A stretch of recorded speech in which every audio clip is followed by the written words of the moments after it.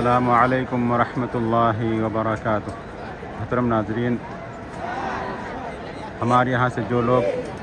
یہاں مکہ عمرہ کرنے کے لیے آتے ہیں، عمرہ سے فارغ ہونے کے بعد بسا اوقات ضرورت پڑتی ہے اور وہ مکہ سے باہر جدہ یا طائف وغیرہ جاتے ہیں تو بہت پریشان ہوتے ہیں کہ آخر ہم اگر مکہ سے نکل گئے تو ہمیں بتلایا گیا ہے، ہم سے کہا گیا ہے کہ اگر آپ مکہ سے نکلیں گے تو مکہ میں داخل آپ ہوں گے تو پھر احرام کی حالت میں،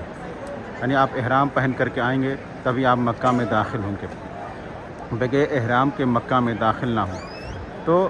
میں آپ کو بتا دوں کہ عمرہ یا حج ایک مسلمان پر، صاحب استطاعت پر زندگی میں ایک مرتبہ ہے، ایک مرتبہ اس کے اوپر فرض ہے۔ جب اس نے عمرہ کر لیا یا حج کر لیا تو پھر اگر وہ کسی وجہ سے مکہ آ رہا ہے یا مکہ سے اس کا گزر ہو رہا ہے تو لازم نہیں ہے کہ مکہ سے گزرنے کی وجہ سے وہ دوبارہ عمرہ کرے گا یا پھر حج کرے گا۔ تو ایسی ہی ہمارے یہاں کے جو لوگ عمرہ کرنے کے لیے آتے ہیں اور اپنی کسی ضرورت کی وجہ سے یا اپنے کسی متعلقین سے ملاقات کرنے کے لیے مکہ سے باہر جاتے ہیں، جدہ، طائف یا کہیں بھی جاتے ہیں، مکہ سے آپ باہر جاتے ہیں تو دوبارہ جب آپ مکہ آتے ہیں تو پھر آپ کی مرضی ہے، آپ چاہیں تو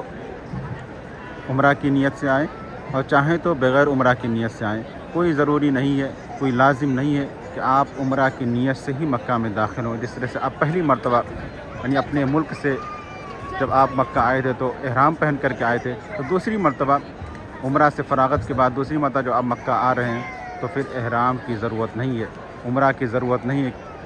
کہ آپ عمرہ کی نیت سے ہی مکہ میں داخل ہوں۔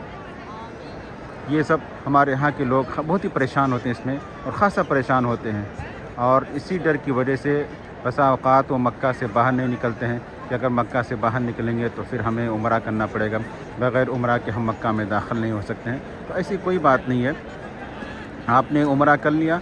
عمرہ سے فارغ ہو گئے تو عمرہ سے فارغ ہونے کے بعد آپ کہیں بھی زیارت کے لیے یا اپنے احباب سے ملاقات کرنے کے لیے آپ جا سکتے ہیں، اور مکہ آپ بغیر احرام کے، بغیر عمرہ کی نیت کے آپ داخل ہو سکتے ہیں، اس میں کوئی حرج کی بات نہیں ہے۔ اللہ تعالی ہم تمام کو حج اور عمرہ کی سعادت نصیب فرمائے، آمین۔